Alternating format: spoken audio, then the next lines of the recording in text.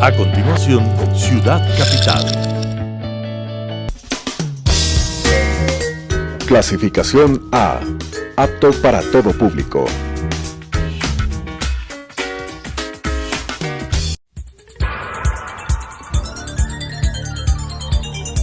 Las opiniones vertidas en este espacio por la producción y dirección del programa son de exclusiva responsabilidad de sus autores y de quienes intervienen en ellos.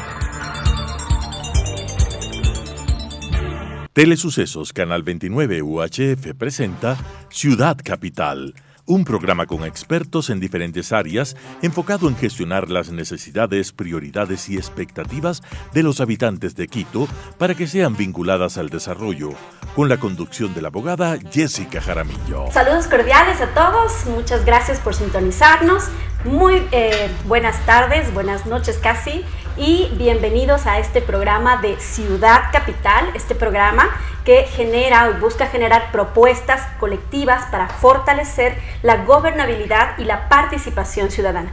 No olviden seguir nuestras redes sociales en Facebook Ciudad Capital, en Twitter @ciudadcapital_1 y nuestra página web www.ciudadcapital.com. También nos pueden mirar en la retransmisión de YouTube en Telesucesos HD. Muchas gracias por su sintonía.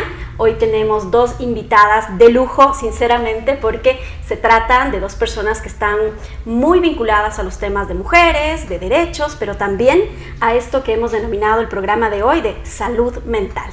Vamos ahora con nuestro segmento Cámara Rodante. Bienvenidos a la Cámara Rodante de Ciudad Capital. Yo soy Sam y hoy vamos a hablar de la salud mental. Vamos a preguntarles a muchas personas de acá de Quito cómo les ha afectado la pandemia, si cuidan su salud mental y si creen que se ha desatado la violencia intrafamiliar en este encierro. ¡Vamos! Hola, ¿tú crees que cuidas tu salud mental? No. ¿Por qué? Porque yo pienso que al consumir lo que consumimos en la industria del entretenimiento estamos ya de entrada destruyendo la salud mental, porque hay demasiada violencia, hay demasiados mensajes subliminales, mensajes ocultos, hay demasiada tergiversación y normalización de cosas que no deberían ser normales. Entonces por ahí estamos ya dañando la salud mental. ¿Y tú crees que esta pandemia ha llegado a afectar tu salud mental? Pero claro, no se me nota. O sea, ya la pandemia afectó la salud mental de muchísima gente, porque para empezar hubieron y se tomaron decisiones que eran incorrectas, las cuales generaron mucho pánico, mucho miedo. Los medios fueron los principales verdugos de la sociedad en este caso, al seguir transmitiendo ese miedo, imagínate, la gente con miedo no vibra, no fluye, y el miedo hace que te metas en una atmósfera negativa totalmente. Hola, ¿cómo estás? ¿Tú crees que tú cuidas tu salud mental? Creería que sí. Bueno, trata de hacer cosas como hacer deporte, no sé, enfocarte en algún hobby o algo para tranquilizarte. ¿Se ha desencadenado una mayor tasa o índice de violencia intrafamiliar en este encierro, en esta pandemia? Sí, efectivamente. O sea, los caracteres juntos en un espacio cerrado, imagínate en ciudades como Quito, que son la mayoría de departamentos. Entonces, no sé, al ser humano le hace falta interactuar, caminar, hacer otro tipo de actividades que estar encerrado. Ciudad Capital. Ciudad Capital. Ciudad Capital. Ciudad Capital hacia una nueva era. Bueno, a propósito entonces del Día Mundial de la Salud Mental, que se conmemora cada 10 de octubre para recordar que la salud mental es fundamental en cada uno de los individuos que hacen parte de esta sociedad, pues el día de hoy hemos invitado a dos mujeres, yo diría mujeres maravillosas, que hacen parte también de la construcción de esta ciudad capital. Vamos a dar la bienvenida a Sibel Martínez. Sibel es actualmente vicepresidenta del Consejo de Protección de Derechos, y actualmente también le vamos a dar la bienvenida a Mayrita Villamarín. Mayra es psicóloga de la Fundación contra la Violencia, y pues su experticia de alguna manera ha sido la atención a víctimas de violencia.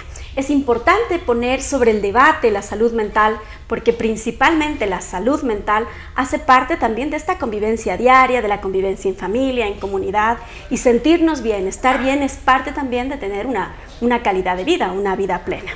En este segmento, como lo hemos señalado, vamos a topar esto de qué es la salud mental. Vamos a preguntarle a Sibel, por ejemplo, Sibel, ¿qué tipo de vulneraciones se pueden encontrar quizá ahora con la llegada de la pandemia? Y quizá también ha sido como más visible el tema de la salud mental actualmente y la necesidad de tener una política pública. ¿Cómo lo miras tú? Bueno, muchísimas gracias, Jessica. Qué gusto estar contigo, compartir panel también con Mayrita. Bueno, decirte que yo creo que la pandemia es el parteaguas de nuestra historia en muchos temas y la salud mental lastimosamente no está fuera de estas situaciones precarias, te diría yo, que hemos tenido que enfrentar como ecuatorianos. Y particularmente para aquellos sectores sociales en donde la pandemia ha resultado tener un costo inafrontable. Y ahí es que hemos visto cómo la salud mental se ha venido a menos, ¿no? Y quizá serviría este análisis para darnos cuenta de algunos temas que deben ser analizados como sociedad. Lo uno es que el confinamiento ha causado mella, y sobre todo en los niños. Estaba leyendo un estudio para poder conversar contigo y veía que en un reciente estudio de UNICEF, 1 de cada 7 niños a nivel mundial ha sido diagnosticado con una enfermedad mental. Imagínate lo que es, ¿no? 1 de cada 7 niños. Y claro, aquí hemos invisibilizado, yo creo que hemos confundido más bien su capacidad de resiliencia de los niños con su capacidad de resistencia, ¿no? Muchos de ellos siguen confinados. Y frente a esa situación hemos visto cómo su salud mental ha ido en desmedro.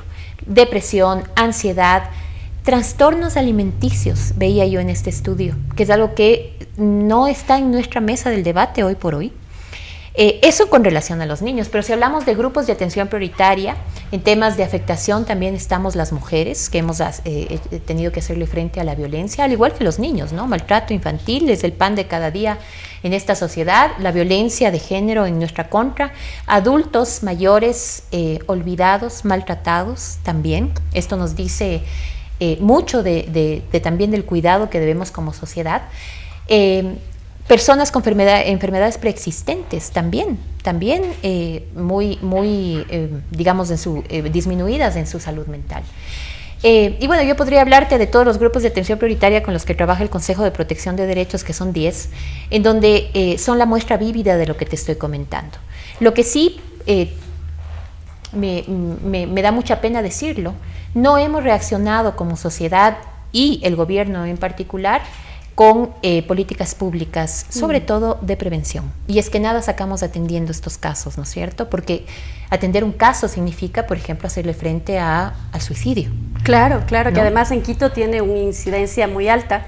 Decimos que Quito es una de las ciudades con mayor número de suicidios en el país y creo que esto es importante. Estamos claros que hay un problema de violencia, hay un problema de crisis, ¿no es cierto? Pero sin duda si hay una atención temprana, pues eso puede mejorar. Mayrita tiene en cambio su trabajo y su experiencia con víctimas precisamente de la depresión, de violencia, con pacientes que tienen depresión, que tienen ansiedad. Y claro, muchas de las veces no se entiende cómo se vive la violencia desde casa o cómo se vive la violencia en el interior de cada ser humano o cómo se vive la depresión, que muchas de las veces en los niños, por ejemplo, nos dicen, es que está malcriadito, no quiere hacer tal cosa, cuando realmente lo que está pasando es una cuestión mucho más grave. Mayrita, ¿cómo ves y cómo evalúas tú estos casos? A ver, la pandemia ha sido un panorama que ha permitido evidenciar todas estas problemáticas a nivel social. La violencia sí se ha disparado en índices totalmente asombrosos, tanto así que sabemos que la OMS ha declarado la violencia como una enfermedad de salud pública, como una enfermedad de salud. Está bien. Sigo. Sí. Ya, como una enfermedad de salud pública.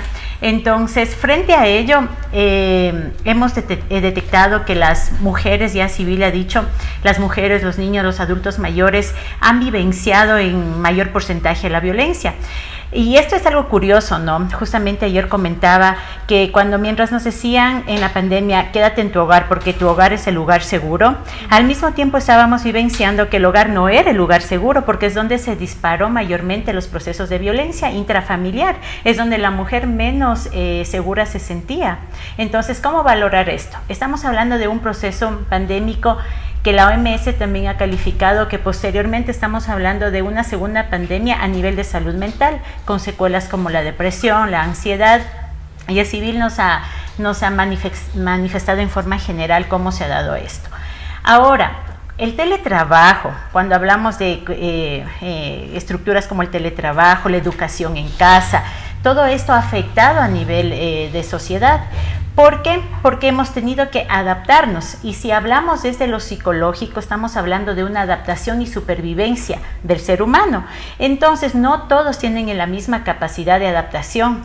Los niños, hablamos de adolescentes, hablamos también de niveles de depresión en la adolescencia, que a dónde conlleva esto, ha sido al suicidio. Pero si nos enfocamos, y desde donde yo manejo los grupos vulnerables, que es mujeres, es terrible. Actualmente yo manejo grupos de terapia grupal en donde ya el miedo no solo es el miedo a morir por una pandemia, por una enfermedad, sino es el miedo a estar dentro, al miedo visceral que sienten de convivir con un victimario. Sí, este victimario en donde les dice, yo te protejo, pero también a cambio de qué. Y eso es lo que se está evidenciando actualmente. Entonces, aquí en Quito, lamentablemente se ha disparado las estadísticas. La última que nos dio el INE respecto a violencia nos habla que la violencia psicológica es la que alrededor del 60% se manifiesta a nivel del país, seguida de la física, de la patrimonial, y hasta se habla de una violencia gineco-obstetra. Sí, a esos niveles hemos llegado. Entonces, si ya conocemos que hay un problema, ¿qué es lo que nosotros debemos hacer? Es prevenir. Sí, desde ahí es el trabajo que nosotros como fundación hacemos, la prevención de la violencia, porque incluso a nivel de país esto genera un costo, ¿no? Porque a nivel de país, ¿qué es mejor? ¿Prevenir o intervenir? En la salud mental manejamos 3 procesos: la promoción, la prevención, la intervención. La prevención, si generamos buenos programas de prevención contra la violencia, ¿qué estamos? Evitando que los procesos estos de violencia generen patologías, porque una patología cuesta más que un programa de prevención. Entonces, como sociedad debemos desde ahí intervenir, como Estado, como familia, como individuos, tomando en cuenta que la violencia no es solamente de la persona que la vive, y eso debemos estar conscientes a nivel de sociedad. La violencia es a nivel colectivo. ¿Sí? Por tanto, la sociedad es el escenario en donde se genera la mayoría de problemas patológicos. Por tanto, si en sociedad enfermamos, en sociedad curamos. Qué interesante lo que han planteado nuestras 2 panelistas el día de hoy: prevención e invertir en prevención. Y hay que hacer una separación entonces, lo que son los temas de violencia y cómo la violencia tiene esta afectación que implica también enfermedades como la depresión o incluso procesos de ansiedad, mucho más cuando podemos incluso somatizar aquello. Pero no siempre la salud mental está asociada directamente a los procesos de violencia, aunque en los casos en donde existe violencia, evidentemente va a haber una afectación a la salud mental. Es verdad entonces que el mayor peligro dentro de la pandemia estuvo dentro de casa y no fuera de casa. ¿Qué hacer en este caso y en estos casos? ¿Cómo proceder, por ejemplo, si conocemos de alguien que está viviendo un problema de salud mental, de ansiedad, de depresión, o que también puede estar viviendo esto por producto de la violencia? ¿Qué podemos hacer, Sibel, frente a eso? Bueno, yo creo que lo importante tiene que ver también con reinventarnos, ¿no? Como sociedad, y también los servicios de salud. A pretexto de el confinamiento en principio y luego en la pandemia, hemos visto mermada la posibilidad, como bien decía Mayra, de poder tratar, ¿no? A niños o a mujeres que se encuentran en confinamiento, o a adultos y que no pueden acceder a estos servicios. Entonces, ¿por qué no pensar en formas de servicio a través del teletrabajo, ¿no es cierto?, de la telemedicina, que es muy importante en estos casos, la teleterapia incluso. Sin embargo, lastimosamente no nos hemos reinventado.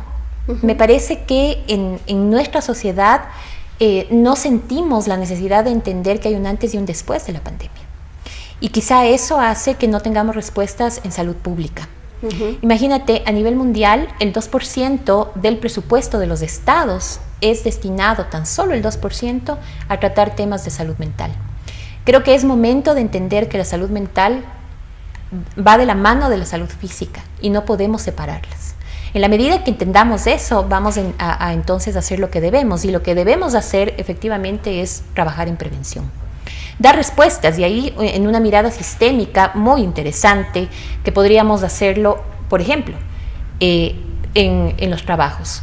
¿Por qué no pensar en que en los trabajos se pueda hacer una evaluación del estado mental de las personas que están trabajando ahí, de la manera que estén trabajando, públicos o privados? ¿Por qué no trabajar también en el estado mental y en la salud mental de los niños? Es decir, no sé si tú coincides conmigo, pero ahora que somos mamás y vemos a los niños, ¿qué hacen los profesores para saber cómo se encuentran? ¿Les preguntan cómo se encuentran? Ahora que han regresado algunos niños a la escuela, tienen miedo, pavor de relacionarse. Porque pasaron año y medio o más sin relacionarse. Claro, sí. Entonces, creo que hay que comenzar, ¿no es cierto?, a mirar sistémicamente esta problemática. Yo coincido con Mayra. La salud mental es la nueva pandemia, unida a la violencia que tanto peleamos, Jessica, en nuestras trincheras. ¿Qué vamos a hacer con eso? ¿Cómo vamos a manejar? Y ahí creo que la respuesta del gobierno en primera línea y en atención, en prevención más que atención, es la primera respuesta que tenemos que obligarnos a que nos den. Pero eso no está sucediendo. Estamos muy, no sé si es que la palabra es acostumbrados a que todo sea atención en este país. Somos medio buenos en atender, muy malos en prevenir. Y aquí debemos prevenir. Y en términos generales, ¿no? La política pública en realidad casi no se enfoca en la prevención. Mayrita, en el país, por lo general, la gente no está muy acostumbrada a ir al psicólogo. Como este es ya nuestro último bloque y se nos ha ido el tiempo enormemente, me gustaría que usted pueda decirles a quienes nos están mirando ahora mismo, ¿por qué es tan importante ir al psicólogo? ¿Por qué es tan importante hablar e ir a terapia? ¿Y cuándo son los momentos en que debemos ir al psicólogo? Bueno, culturalmente no somos una sociedad de prevención, no somos una sociedad más bien de intervención. Y de ahí radica uno de los grandes problemas. ¿Por qué es la importancia de ir al psicólogo? Hay un mito, ¿no? Existe un mito en la sociedad que dicen, no, si estoy loco o porque estoy loco me voy al psicólogo. Pues no es así. El psicólogo es casi como tener un doctor. El psicólogo te ayuda a un reencuentro, ¿no? A un reencuentro en medio de ¿qué? De todo el panorama existencial y todo lo que conlleva con eso, ¿sí? Entonces, partiendo de estos procesos, en otras culturas los psicólogos, los niños, desde que son niños, y tomemos en cuenta que los niños aparentemente no tienen problemas, el antes de la pandemia y el después de la pandemia, ahí hay que evaluar bastante, porque se supone desde la salud mental que en la etapa escolar es donde tú desarrollas habilidades sociales. Entonces, si pasamos más de un año en encierro, en donde no hemos podido tener una interacción, más que una interacción ni social, ni física, ni afectiva, ¿qué estamos provocando ahí? No solo niveles de afectación de salud mental, sino también comportamental, y que esto se va a ir replicando y va a afectar a nivel social, porque estamos hablando de individualismo, ya no de una convivencia colectiva, de lo que generábamos anteriormente. Entonces, si hablamos en la población niños, adolescentes, mucho más riesgo. Y en la adolescencia es donde se determina mucho de la personalidad, del sentir, es un caos, ¿no? Por eso es que adolece. Las personas en esta etapa es una confusión total, ¿no? Y en la etapa adulta no se queda atrás. Entonces, por eso es importante, les invitamos a que no solamente lo vean ir al psicólogo como una manera de intervención, sino de prevención, consigo mismo, con la familia y con la sociedad. Muchísimas gracias, realmente el tiempo ha volado en este segmento. Quiero agradecerles por estar con nosotros, a Sibel obviamente y también a Mayrita, a fin de que puedan tener ustedes una idea de qué es la salud mental y cómo, por ejemplo, podemos empezar a tratar los temas de salud mental. Yo creo que la depresión es un problema muy grave en nuestra sociedad, pero que si trabajamos a tiempo, lo prevenimos, nos tratamos a tiempo, entre otras, ¿no? Entre otras enfermedades de salud mental, podemos salir bien y podemos tener una vida mucho más tranquila y con unas mejores condiciones para nosotros y para nuestra familia. Vamos a ir entonces ahora con nuestro siguiente segmento, que es los héroes ciudadanos.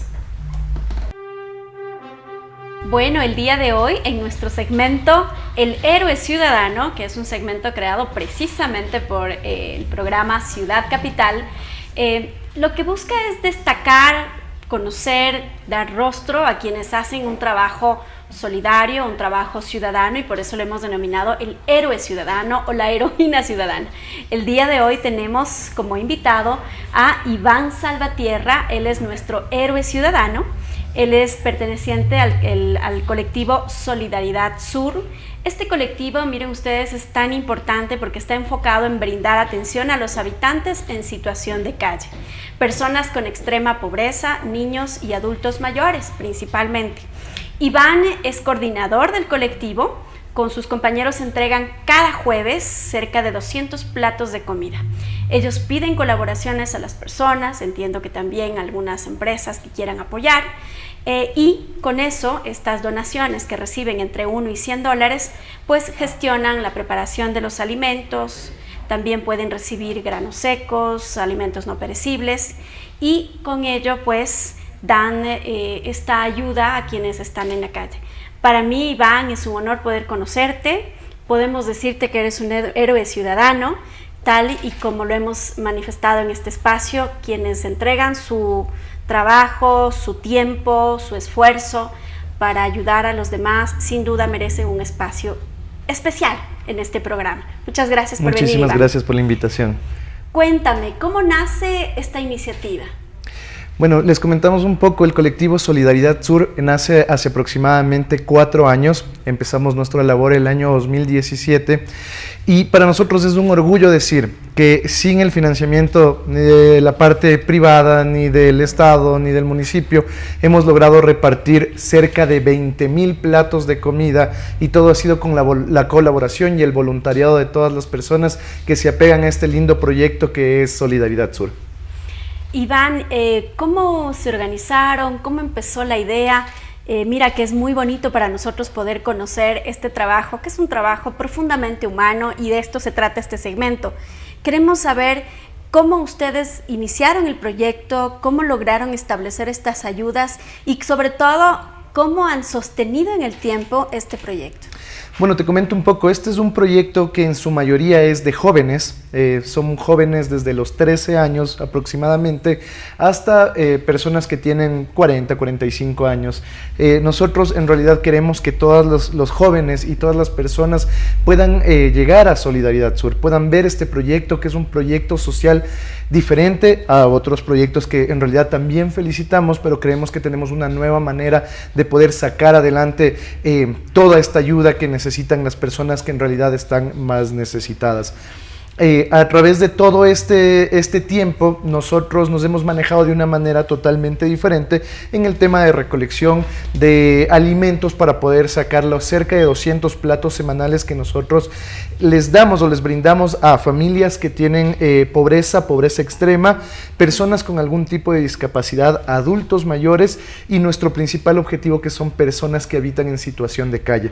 Como les digo, dentro de estos 4 años nosotros llegamos a las calles, llegamos a diferentes puntos de Quito, y en realidad es súper bonito para nosotros que los habitantes en situación de calle nos llamen amigos, saben nuestros nombres, conversan con nosotros, nos hacemos chistes. Entonces es una cosa que en los primeros días nosotros decíamos, ¿qué nos va a pasar?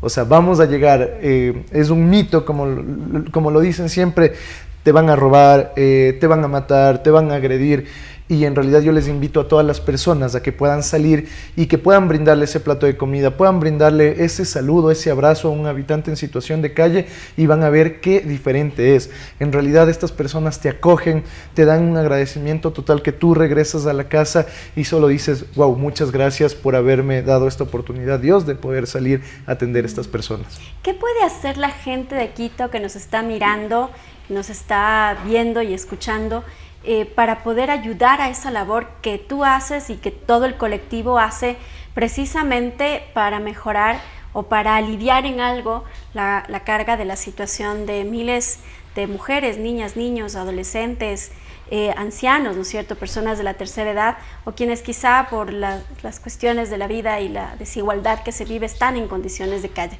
¿Qué podemos hacer cada uno de nosotros desde nuestro espacio para poder poner un granito de arena en aquello? Perfecto, yo creo que lo primero es respetar, o sea, respetar como personas a cada una de estas personas, que son personas habitantes de calle, habitantes en situación de calle, personas adultas mayores, personas de pobreza extrema. Mira, para mí es lamentable decirte que el día domingo existe una gasolinera en la Biloxi y ahí está un habitante en situación de calle. Vino una persona desconocida y él estaba sentado, en realidad cuida los carros por las noches, y le golpeó, le dio una patada en la cabeza que quedó por poco inconsciente. Entonces sí suceden estas cosas que nosotros decimos como que, chuta, o sea, necesitamos primero respetar y desde ese punto necesitamos empezar a poder salir adelante. Ayuden, todo habitante de calle necesita una cobija, todo habitante de calle necesita un plato de comida, todo habitante de calle necesita atención médica, atención psicológica. Son cosas que nosotros sí podemos brindar. Desde ese punto podemos ayudar desde casa y más que todo respetando como personas. Muchas gracias, Iván, por compartir tu experiencia el día de hoy.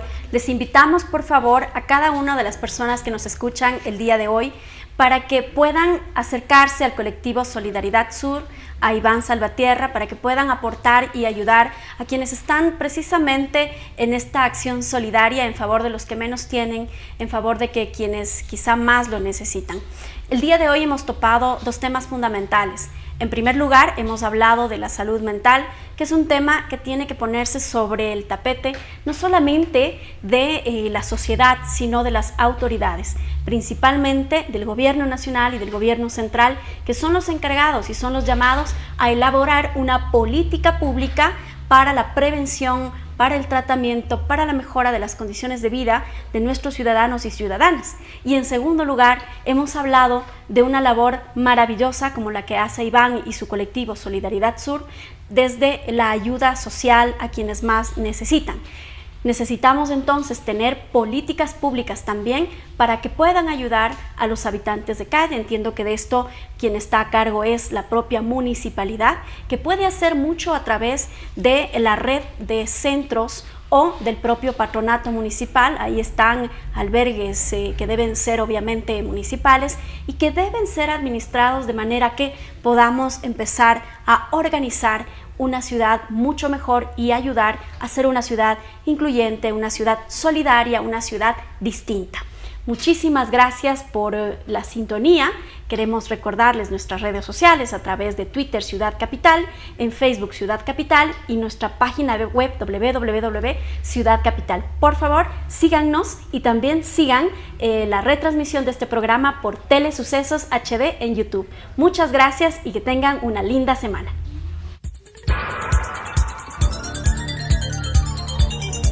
Las opiniones vertidas en este espacio por la producción y dirección del programa son de exclusiva responsabilidad de sus autores y de quienes intervienen en ellos.